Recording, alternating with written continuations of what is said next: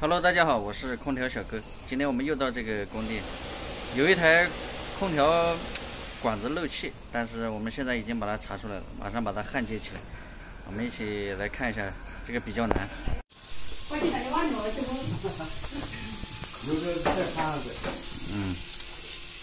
这个它在这个地方，这粗管子漏气，我们马上把它焊接一下。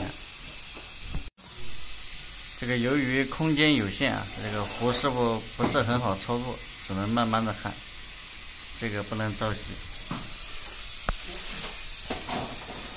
大家在这种比较拥挤的情况下焊管子，一定要注意防护措施啊，不能盲目的就去焊。这是一台家用的这个风管机，这1.5匹的。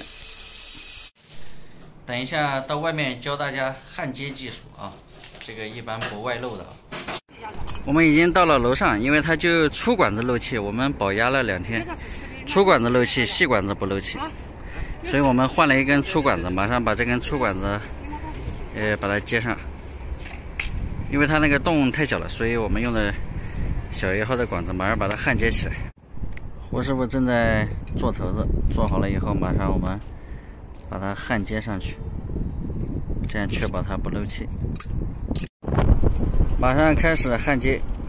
现在把这个头子先稍微怼大一点，然后这样的话，正好一边一大一小，这样就可以怼进去了。然后等一下焊接。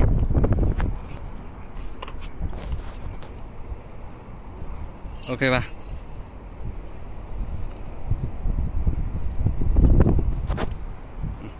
像这样就可以了。这样的话就可以。马上开始焊接。现在我们开始焊接技术。大家在焊这个的时候一定要慢一点，先把管子烧红烧烫，然后再用这个焊条挨上去，它就会融化在上面。这样的话，焊条不能太多，太多的话，它这个就是熔点就比较丑。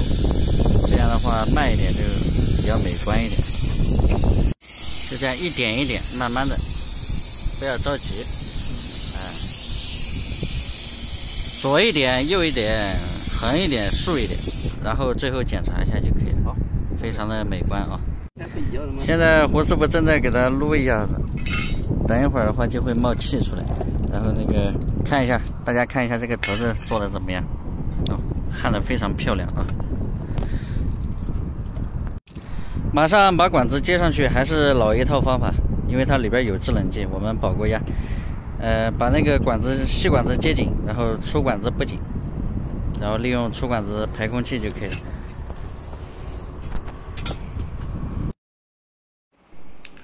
空调现在运行正常了。这一台空调费了我们很长时间，主要是浪费时间。它是一开始这个老管子，刚才检查出来它这个是老管子，因为我们帮它移机的时候，这个移内机管子没有更换，所以它这个是老管子。然后我们刚才在查漏查它以前的那个焊接的地方，以前焊接的地方冒小泡，比较麻烦，还挺费事的。现在我们开始收拾工具，收拾工具就可以回家了。太不容易了，发现这个漏点。空调全部结束，我们3个人也回家吃饭了。